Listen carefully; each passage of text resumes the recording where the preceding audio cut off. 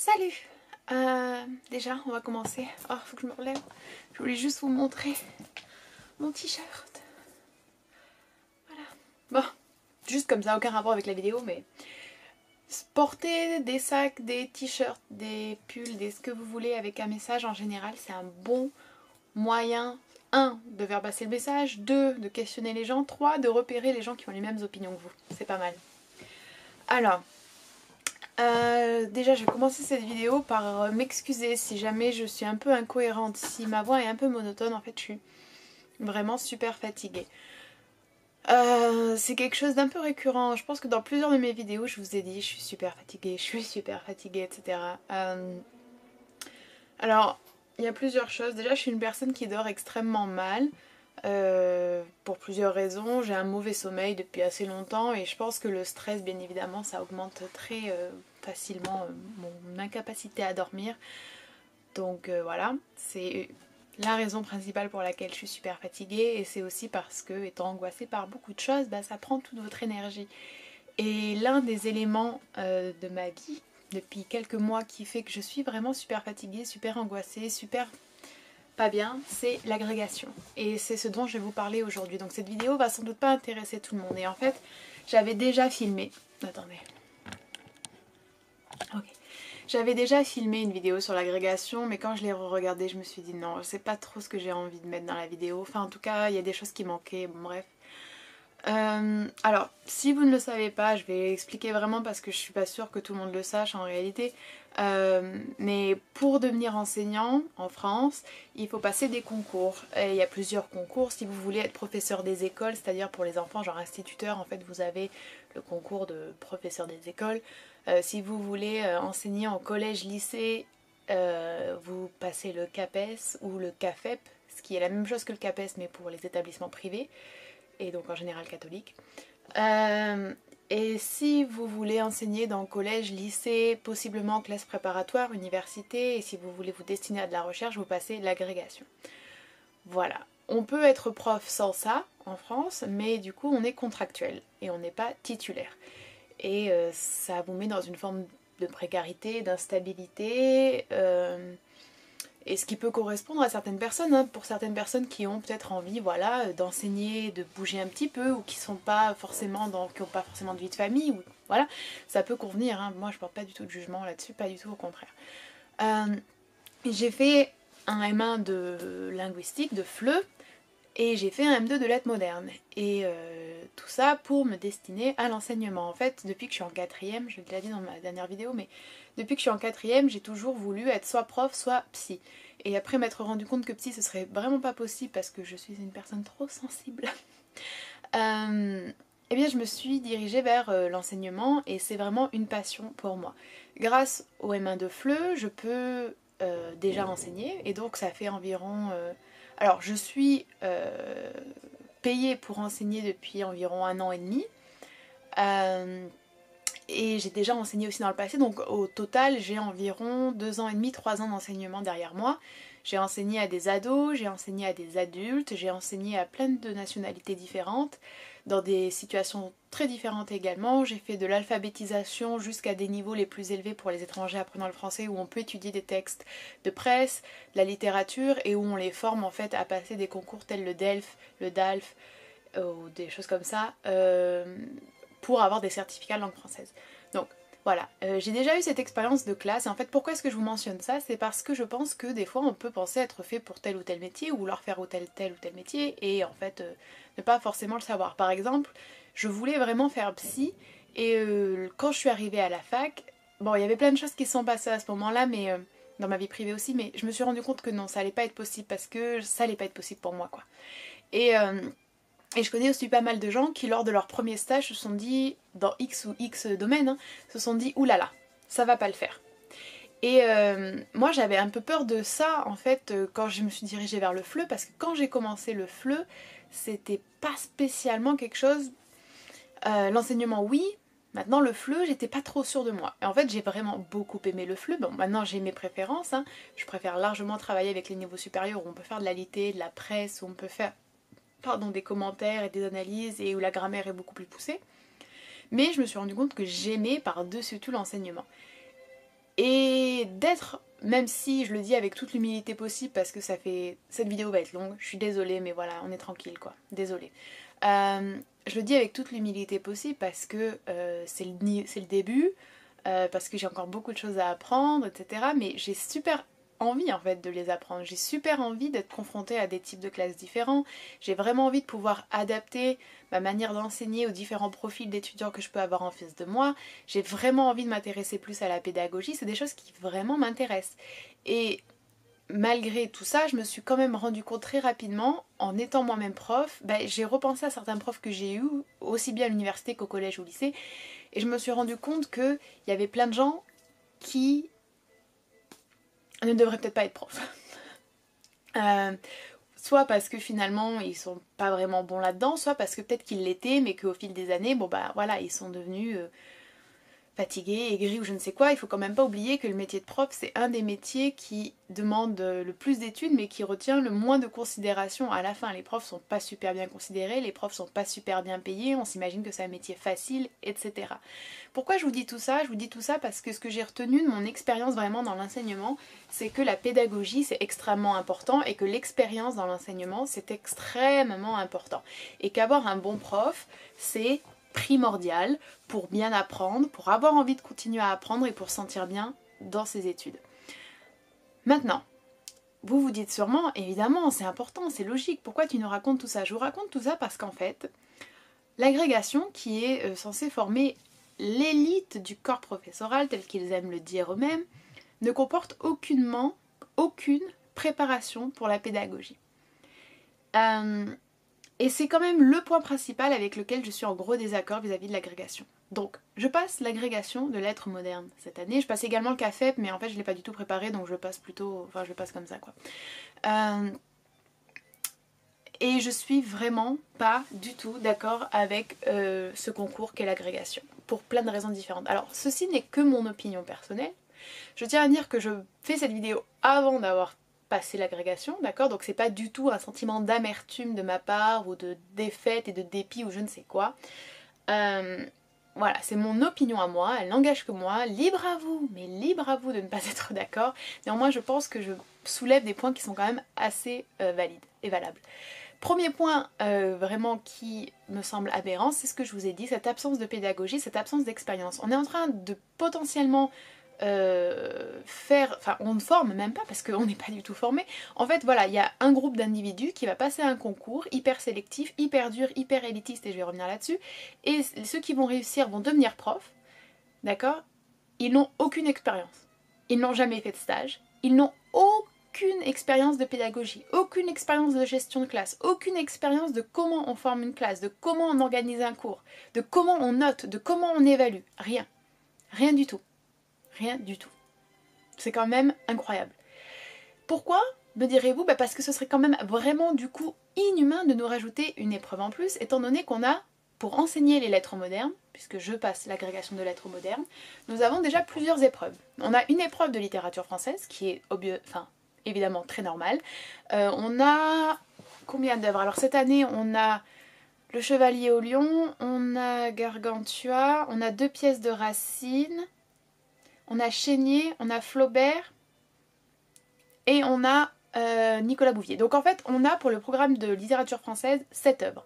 Ces 7 œuvres, vous devez les connaître parfaitement parce que le jour de la dissertation de littérature française, vous pouvez tomber sur n'importe quelle de ces œuvres et vous devez être en mesure de la citer à foison sans bien évidemment avoir le livre. Je tiens à préciser que nous savons sur quelles œuvres on va travailler, je pense vers juillet, août, juillet, je pense. Et l'agrégation est en mars.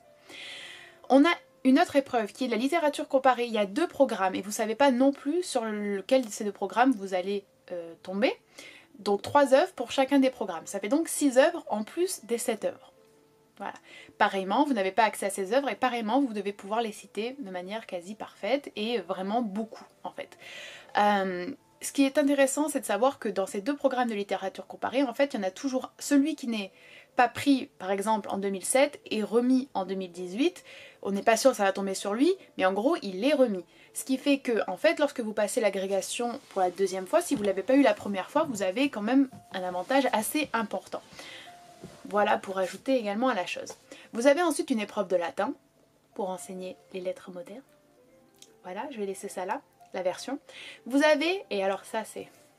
Vous avez une épreuve d'ancien français pour enseigner les lettres modernes. Sachant qu'en parcours de lettres modernes à la fac, vous avez en fait, il me semble, la L1 et la L2, vous avez une initiation à l'ancien français.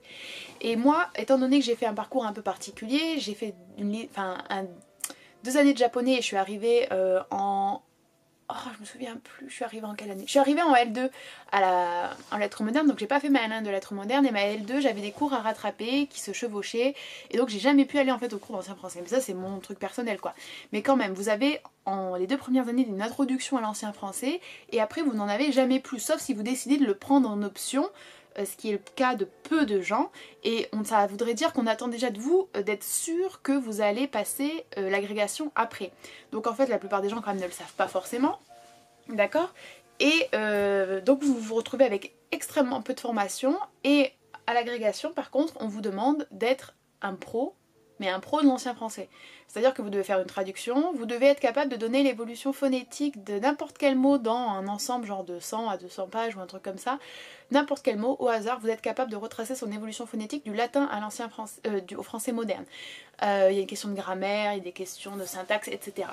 Voilà. Alors que 1, vous n'avez pas été formé pour ça parce que vous faites des lettres modernes. 2, vous n'allez jamais travailler ça parce que vous faites des lettres modernes et que très peu de personnes se dirigent vers l'ancien français. Et quand même vos profs à l'université vous disent c'était horrible l'ancien français et j'ai tout oublié après la grecque, voilà. Et on privilégie ça et aucune pédagogie. Voilà. Et vous avez une autre épreuve de grammaire avec un peu de stylistique. Vous avez une épreuve d'anglais. Oui, voilà, et grammaire et stylistique, bon, ce qui est très normal, évidemment. Et vous avez une épreuve d'anglais. En soi, je suis pas sûre... Alors, l'épreuve d'anglais, c'est moi qui ai choisi anglais. En fait, vous avez une épreuve langue vivante. Je pense que c'est bien, c'est nécessaire. Après, bon, si c'est important, c'est nécessaire. Tout comme la grammaire et la stylistique. Alors, je voudrais pas, en fait, donner l'impression dans cette vidéo que je suis pour... En fait, ce qui est intéressant, je pense, à dire, c'est que je suis une personne qui est relativement vieux jeu sur certaines choses. Je sais pas si vous avez remarqué, mais je ne lis quasiment que des classiques. J'aime beaucoup le 18e et le 19e. Je suis pas du tout quelqu'un qui déteste la grammaire. Je pense que l'orthographe est très important et je pense que l'orthographe c'est quelque chose de primordial, et par exemple en tant que prof j'enlèverai des points pour des fautes d'orthographe. Donc je suis pas en fait du tout quelqu'un qui pense que faut bannir les notes, faut ceci, faut cela. Toutefois je pense qu'il y a une limite, et l'agrégation dépasse clairement la limite en privilégiant des matières qui n'ont aucun intérêt pour la plupart, pour 90% je pense des agrégatifs, puis des agrégés, puis des profs, et par contre délaisse totalement le côté pédagogie. Donc déjà il y a ce côté là, et en fait c'est extrêmement frustrant de se dire que on sait peut-être qu'on est quand même un prof pas trop mal, parce que je pense être une prof pas trop mal, j'ai jamais eu de retour négatif, et les rares fois où j'ai eu des petits retours négatifs j'ai tout de suite changé, j'ai tout de suite essayé de rebondir, de voir qu'est-ce qui pourrait être mieux pour mes élèves. Par contre j'ai eu beaucoup de retours positifs et j'adore faire ce travail, j'adore ça, mais genre vraiment, et vous vous dites tout ça en fait ça ne sert à rien, alors que c'est ce même métier quand même que tu veux exercer, et par contre quelqu'un qui peut-être n'aura aucune pédagogie, peut-être sera nul en gestion de classe, peut-être n'aura aucune énergie, peut-être n'aura aucune passion, peut-être n'aura aucun... sera tout simplement pas fait pour être prof, hein. Je le dis pas méchamment quoi, hein, mais vraiment voilà, parce qu'il est super bon en latin et en ancien français, il arrivera à devenir prof de lettres modernes. Au-delà de ça, il y a le côté totalement inhumain quand même. Quand je vous dis qu'on a 6 œuvres plus 7 œuvres, ça fait 13 œuvres, plus le travail qu'on doit fournir sur l'ancien français, plus le travail qu'on doit fournir sur le latin, et plus le travail qu'on doit normalement fournir sur l'anglais, même si moi je vous avoue je n'ai pas du tout travaillé l'anglais, ce qui est sans doute pas super, mais je me suis dit bon, il faut faire un choix, évidemment c'est l'anglais que je ne vais pas travailler. Donc vous avez ça, et vous avez au-delà de ça le fait que c'est hyper élitiste, parce que vous arrivez après votre M2, vous avez épuisé vos droits à la bourse en général, il n'y a aucune bourse pour l'aide au concours, alors que c'est quand même des concours nationaux pour rentrer dans l'éducation nationale et servir, dans un sens, la France, hein. Vous n'avez aucune aide. Et donc vous vous retrouvez à devoir travailler. Je tiens à préciser que voilà, par exemple, dans mon cas, et c'est pas le cas de tout le monde, mais c'est le cas de beaucoup, j'ai dû travailler, donc je travaillais tous les matins en tant que prof. Comme je ne suis pas prof dans l'éducation nationale, j'ai pas pu demander un congé spécial pour préparer un concours.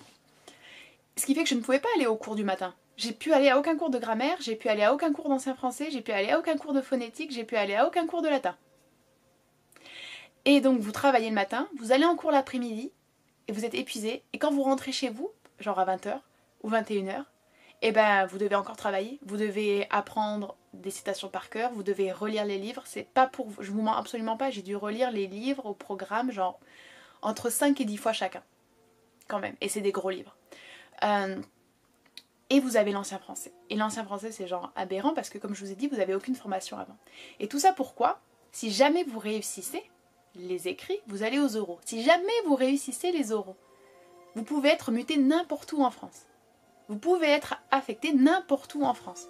Vous avez donc sacrifié une année. Soit financièrement vous faites un prêt ou vous demandez à vos parents, soit vous travaillez et là c'est épuisant, éreintant, ça peut être horrible. Et si jamais vous réussissez quand même, vous pouvez être envoyé dans un collège n'importe où. Voilà. Certains passent l'agrégation uniquement parce que le salaire est plus élevé. Moi, je passe pas du tout l'agrégation parce que le salaire est plus élevé, je passe l'agrégation parce qu'en fait, j'ai extrêmement envie de faire une thèse. Voilà. Je meurs d'envie de faire une thèse, j'ai déjà des idées de thèse, j'en ai très envie, j'adore la recherche, j'ai adoré faire mes deux masters, mes deux mémoires, ça m'a posé aucun problème, pour moi c'était du pur plaisir. J'ai très envie d'apporter des choses qui me semblent importantes dans la littérature, sur l'altérité, sur le féminisme, mais pas que. J'ai vraiment envie de redonner ce goût de la lecture, ce goût de la littérature à des publics qui qui l'ont peut-être perdu ou qui l'ont jamais eu ou en qui on n'a jamais dit vous pouvez l'avoir. Voilà, je pense être portée par des choses qui sont quand même assez importantes et en fait je vois que ça ne compte pour rien du tout. Et vous faites un master de lettres en fait où on vous encourage à penser d'une manière hyper libérée, hyper affranchie de plein de choses. Moi mon premier mémoire c'était quand même sur le végétarisme dans la littérature européenne du 19e. Mon deuxième mémoire c'était sur les représentations du féminin dans le surréalisme français, égyptien et japonais. Donc clairement j'étais en littérature comparée, clairement j'étais sur des problématiques plutôt de société et de sociologie, etc.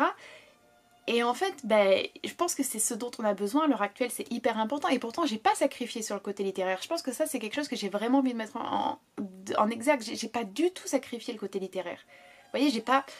Enfin, je sais pas comment dire ça, mais j'ai pris des classiques. J'ai pris plein de classiques. J'ai fait vraiment des grosses analyses purement littéraires, stylistiques, thématiques, etc. C'est pas... J'ai pas renié la littérature pour faire des études de genre, quoi. Vous voyez ? Et pourtant, ça vous sert à rien. Pourquoi? Parce que vous devez travailler et que vous n'avez pas le temps de préparer, de dédier un an de plus de votre vie alors que vous en avez déjà dédié 5 aux études et que vous n'êtes pas quelqu'un qui est passionné par l'ancien français, la phonétique historique et le latin, quoi. Et vous n'êtes pas allé en prépa et vous n'êtes pas allé à l'ENS, etc. Je dis pas que forcément on réussit si on va dans ces écoles-là, mais c'est des écoles qui vraiment y préparent beaucoup plus que l'université. Donc, vous vous retrouvez là, en fait, dans un concours qui est extrêmement difficile, c'est vraiment super difficile l'agrégation. Et même si vous savez que vous êtes bon, parce qu'on vous a toujours dit en fait que vous étiez un bon élément, vous étiez une bonne élève, que vous... Enfin, je le dis, je veux pas pour me vanter, mais c'est pas du tout ça, mais c'est important de se le dire, comme j'ai jamais eu de mauvaises notes en littérature ou en ancien français, j'ai toujours adoré travailler là-dedans, bien évidemment je suis pas parfaite, il y a des trucs que je maîtrise pas, il y a des réflexions que j'ai pu avoir qui n'étaient pas pertinentes, bien sûr, mais tous mes travaux ont toujours été quand même validés et approuvés par des profs, et j'ai reçu des encouragements de beaucoup de profs. Et là vous en arrivez en fait, et j'en suis arrivée, après c'est mon ressenti, à le vivre, cette préparation de l'agrégation, mais d'une manière horrible. Je veux pas rentrer dans des détails parce que c'est ma vie privée, parce que voilà, mais j'en suis arrivée à avoir des idées vraiment noires. Et genre, c'est pas normal en fait. Tu vois, c'est pas normal d'en arriver à se dire les trucs que je me suis dit. J'ai pas besoin de vous faire un dessin, je pense, mais ouais.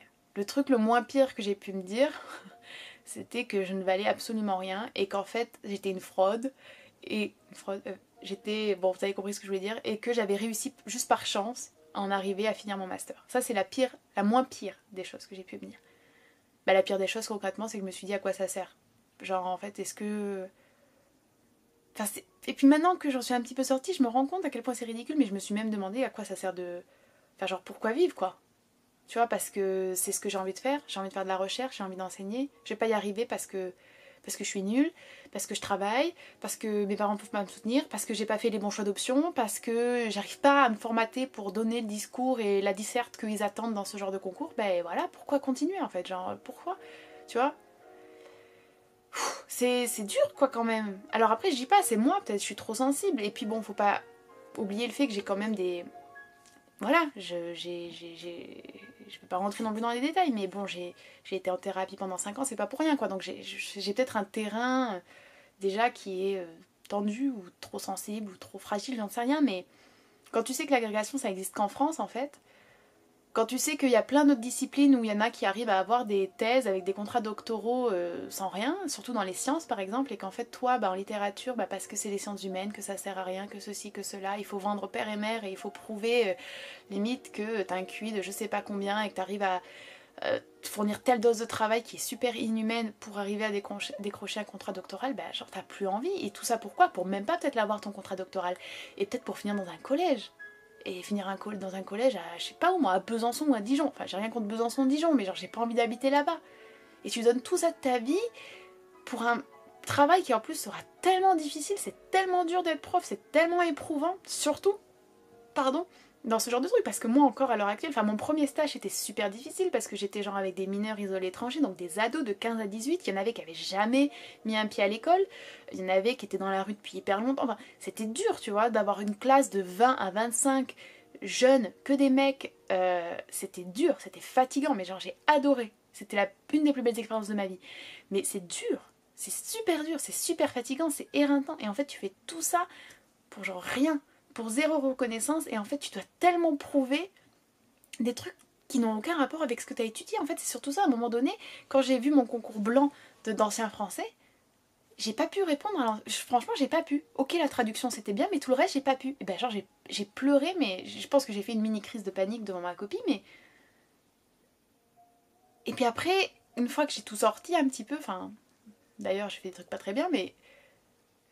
Je me suis dit, mais attends, mais pourquoi tu te... Enfin, je me suis dit, stop quoi, stop, ta vie elle va pas s'arrêter maintenant, faut que t'arrêtes de penser des trucs comme ça, et si ça se fait pas, ça se fait pas, genre tu vas pas sacrifier ta santé, ton bien-être, tes amis, ta vie, tes passions, pour un truc où, genre t'es en train de quémander quoi, et t'es en train de quémander quoi, pourquoi? Pour pouvoir faire ton travail, que tu sais que tu peux bien faire, et qui a été validé quand même, par des bonnes notes à tes 2 mémoires, à tous tes trucs en master et tout quoi, stop, genre stop. Et j'étais en train de me mettre la pression comme jamais, alors que c'est des trucs que j'ai jamais étudiés. J'ai étudié les lettres modernes. J'ai étudié des trucs genre, je sais pas moi, l'identité sexuelle et la littérature, les théories littéraires. J'ai étudié l'histoire littéraire, j'ai étudié la stylistique, j'ai étudié l'homme artificiel et la littérature, j'ai étudié la révolution dans la littérature. Enfin, j'ai pas étudié l'ancien français ni le latin, quoi. Et je pense pas qu'on puisse réellement bien connaître une œuvre et produire une analyse pertinente et de qualité quand on a genre 13 œuvres à étudier en 6 mois. Et que tu sais pas sur laquelle tu vas tomber. Enfin, c'est... Non, tu vois, c'est un truc de robot en fait. Et c'est aux antipodes de ce que j'aime. Donc là, lundi, je vais m'arrêter parce que la vidéo est super longue, mais lundi commence l'agrégation. Ça fait genre 2 mois que j'étudie plus, vraiment. Je lis, je relis les œuvres inlassablement, m'interdisant toute autre lecture de plaisir à côté. Voilà. J'ai plus du tout rouvert un livre d'ancien français. J'ai plus du tout rouvert un livre de latin. La grammaire, bon, ça va, parce que j'aime bien la grammaire en fait, vraiment j'aime bien, je trouve ça intéressant. Mais j'y vais parce que je me dis, ça serait bête de pas y aller. J'y vais parce que je me dis au moins je saurai à quoi ça ressemble, et si je la réussis pas, ce qui va arriver de toute manière, ben moi je saurai, je pourrais faire une décision plus éclairée pour qu'est-ce que je vais faire en 2019. Mais c'est super dur, je trouve. Alors moi je trouve ça super dur parce que pour moi c'est vraiment quelque chose que j'ai envie de faire, c'est une passion, c'est un rêve, et je pense avec toute l'humilité possible que c'est bien le domaine dans lequel j'aurai des choses à offrir et à partager. Et je trouve ça horrible de se dire que ça sera sans doute pas possible à cause d'un concours qui, en fait, ne veut rien dire sur ta qualité de prof. Et qui, en réalité, veut dire des choses vraiment partielles sur tes connaissances. Et je suis pas en train de cracher dessus parce que j'ai baissé les bras, quoi. Parce qu'il faut savoir que je détestais ça avant même de me dire « Ok, je vais la passer ». Et ce qui est encore plus frustrant, c'est qu'en réalité tout ça c'est officieux. C'est-à-dire qu'officiellement, par exemple, pour enseigner à l'université ou pour avoir un contrat doctoral, vous devez pas être agrégé. Officiellement, sur les papiers, dans les textes de loi, non. Mais la sélection se fait comme ça. Donc il y a vraiment un double sentiment d'injustice pour moi. Et voilà, c'est pour ça que ça a été vraiment des mois vraiment durs. J'avais le travail, plus certains problèmes au travail. J'avais ces cours qui prenaient énormément de mon énergie. J'avais tout le travail à fournir à côté. J'avais YouTube, qui est beaucoup de travail et beaucoup d'investissement. Et j'avais toute cette pression de fou, quoi. Et ouais, non, franchement, ça m'en a presque dégoûté, quoi. Vraiment. Ça m'a presque même dégoûté de lire. Il y a eu un moment où je me suis dit, quand je regardais mes livres, je me disais j'en ai marre, quoi, je veux plus lire. C'est une période de ma vie que c'est un truc, je veux l'effacer, quoi. Bon, évidemment, je vais pas le faire parce qu'en fait, je me suis aussi rendu compte que même si ça se faisait pas, imaginons au pire des cas, rien ne se faisait, pas d'agrégation même au deuxième tour, pas de CAPES, rien du tout, j'en sais rien. Je pourrais toujours en fait partager ma littérature avec d'autres personnes, mon goût de la littérature, mes réflexions, je pourrais toujours lire plus, je pourrais toujours en apprendre des autres. Et je pourrais même le faire sur internet, quoi. Voilà. C'est pour ça aussi que vraiment... C'est aussi vraiment pour ça en fait que je me suis dit que j'allais faire un Patreon. Parce que je me suis vraiment dit que il y avait trop un problème dans le partage de l'amour de la littérature. Et que si j'arrivais à pouvoir gagner un petit peu d'argent, genre que ce soit quand même pas une perte de temps et d'argent pour moi, de faire des vidéos beaucoup plus recherchées sur la littérature, bah, j'avais envie de partager ça avec vous parce qu'en fait, bah, des fois on tombe sur des mauvais profs, des fois on tombe sur des mauvais programmes, des fois on nous donne pas envie, des fois on s'intéresse pas aux choses qui nous intéressent nous, genre l'altérité, l'anticolonialisme, les animaux, les sentiments, l'écriture féminine, plein de trucs. Parfois les profs nous prennent pour des... nous méprisent, enfin il y a plein de trucs en fait qui font que plein de gens n'ont pas envie de lire, tu vois.